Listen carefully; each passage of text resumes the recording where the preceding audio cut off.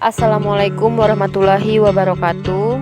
Baik, perkenalkan kami dari kelompok 3 yang beranggotakan saya sendiri, Junita Apriana, bersama rekan saya Rangga Octaviades dan Cindy Novitasari. Baik, di sini materi yang akan kami jelaskan yaitu kelainan fisik, kelainan mental, dan kelainan perilaku sosial. Di sini saya akan menjelaskan materi kelainan fisik. 1. Tunanetra. Tunanetra atau yang lebih dikenal dengan buta adalah seseorang yang tidak bisa melihat atau seseorang yang telah kehilangan fungsi penglihatannya. Juga disebut tunanetra seperti yang didefinisikan oleh Somantri. Anak tunanetra adalah anak yang mengalami gangguan penglihatan, baik sebagian atau menyeluruh, yang menyebabkan proses penerimaan informasi kurang optimal.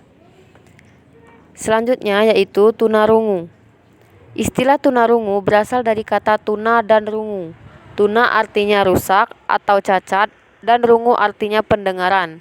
Seseorang dapat dikatakan tunarungu apabila ia memiliki kerusakan atau kelainan pada organ pendengarannya yang menyebabkan ia tidak dapat mendengar atau kurang mampu mendengar suara yang seharusnya mampu didengar oleh orang normal. Selanjutnya yaitu tunagrahita. Anak-anak tunagrahita adalah anak yang bodoh, lemot, lelet, idiot, dan lain sebagainya. Padahal, anggapan yang beredar luas di masyarakat adalah anggapan yang tidak tepat. Dari sudut bahasa atau istilah, tunagrahita berasal dari kata tuna dan grahita. Tuna artinya rusak atau cacat, dan grahita artinya berpikir. Selanjutnya yaitu tunadaksa. Istilah tunadaksa berasal dari kata tuna dan daksa. Tuna yang berarti rusak atau cacat, dan daksa yang berarti tubuh. Menurut Sudjihati Somantri, tunadaksa adalah suatu keadaan yang terganggu atau rusak sebagai akibat dari gangguan bentuk atau hambatan pada otot, sendi, dan tulang dan fungsinya yang normal. Baik, itulah materi yang saya jelaskan dari kelainan fisik. Selanjutnya akan dilanjutkan oleh rekan saya, Rangga Octaviades. Baiklah, di sini saya akan melanjutkan materi dari saudari Junita Apriana, yaitu gangguan mental. Apa sih gangguan mental itu? Gangguan mental atau gangguan jiwa adalah penyakit yang memengaruhi emosi, pola pikir, dan perilaku penderitanya. Sama halnya dengan penyakit fisik, penyakit mental juga ada obatnya. Ada banyak faktor yang bisa memicu terjadinya gangguan mental, mulai dari menderita penyakit tertentu sampai mengalami stres akibat peristiwa traumatis, seperti ditinggal mati orang yang disayang, kehilangan pekerjaan, atau terisolasi untuk waktu yang lama. Selanjutnya itu adapun gejala gangguan mental. Gejala dan tanda gangguan mental tergantung pada jenis gangguan jiwa yang dialami. Penderita bisa mengalami gangguan pada emosi, pola pikir, dan perilaku. Contoh gejala dan ciri-ciri gangguan mental, yaitu yang pertama ada waham atau delusi, yaitu meyakini sesuatu yang tidak nyata atau tidak sesuai dengan fakta yang sebenarnya. Yang kedua, halusinasi, yaitu sensasi ketika seseorang melihat, mendengar, atau merasakan sesuatu yang sebenarnya tidak nyata. Yang ketiga, suasana hati yang berubah-ubah dalam periode-periode tertentu. Keempat, perasaan sedih yang berlangsung hingga berminggu-minggu, bahkan berbulan-bulan.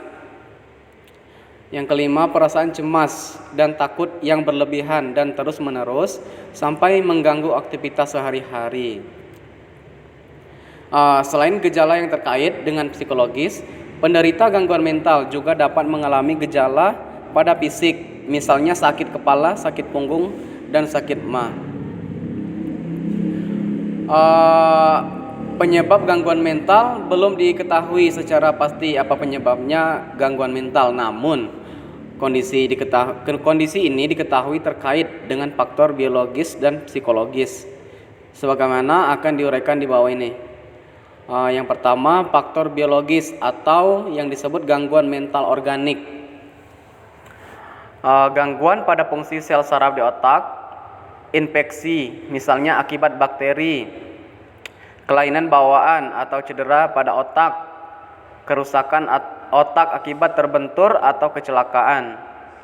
Faktor psikologis, peristiwa traumatik seperti kekerasan dan pelecehan seksual, kehilangan orang tua atau disia-siakan di masa kecil, kurang mampu bergaul dengan orang lain, perceraian atau ditinggal mati oleh pasangan, perasaan rendah diri, tidak mampu, marah atau kesepian.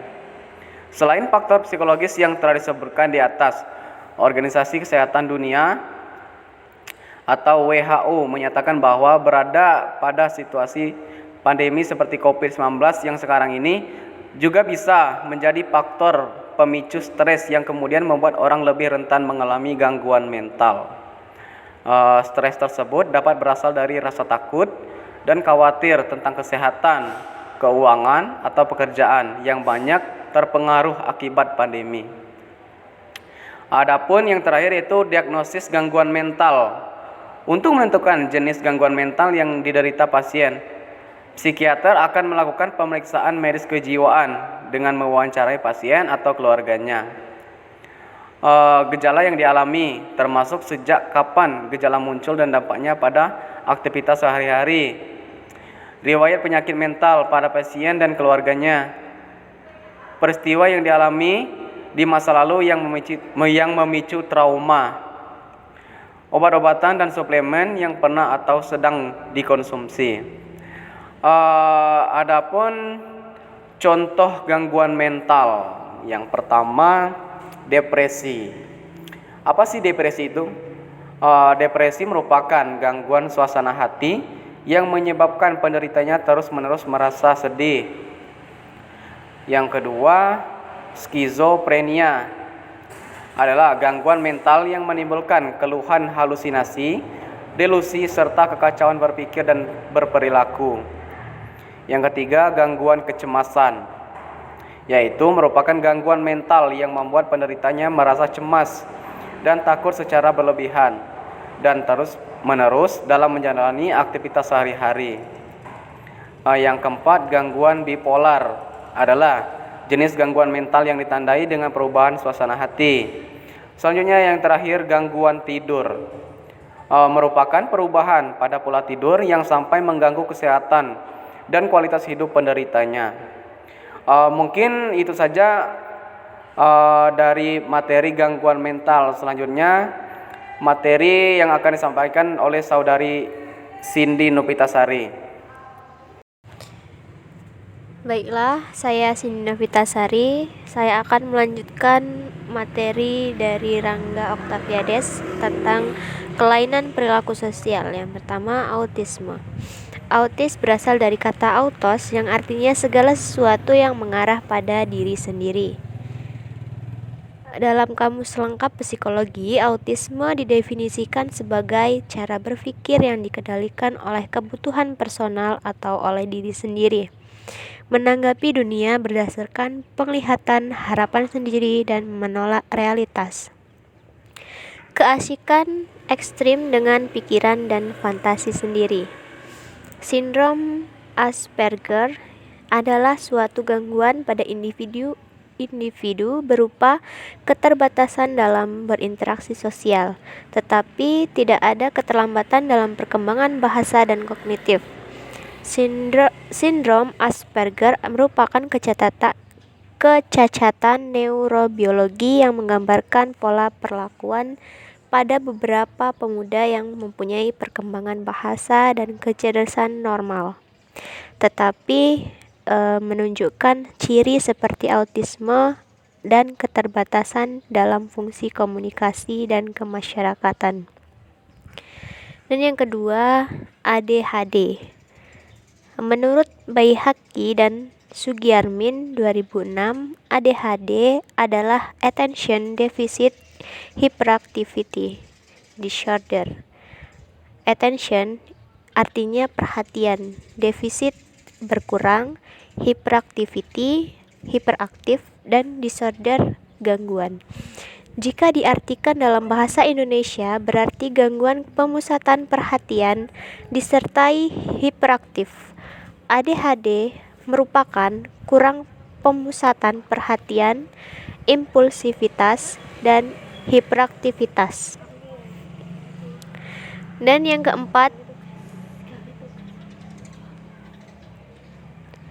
ketiga ada kecemasan, merupakan campuran beberapa emosi tidak menyenangkan yang didominasi oleh ketakutan, khawatir, dan gelisah yang tak terkendalikan terhadap kondisi mengancam yang tidak jelas di masa depan.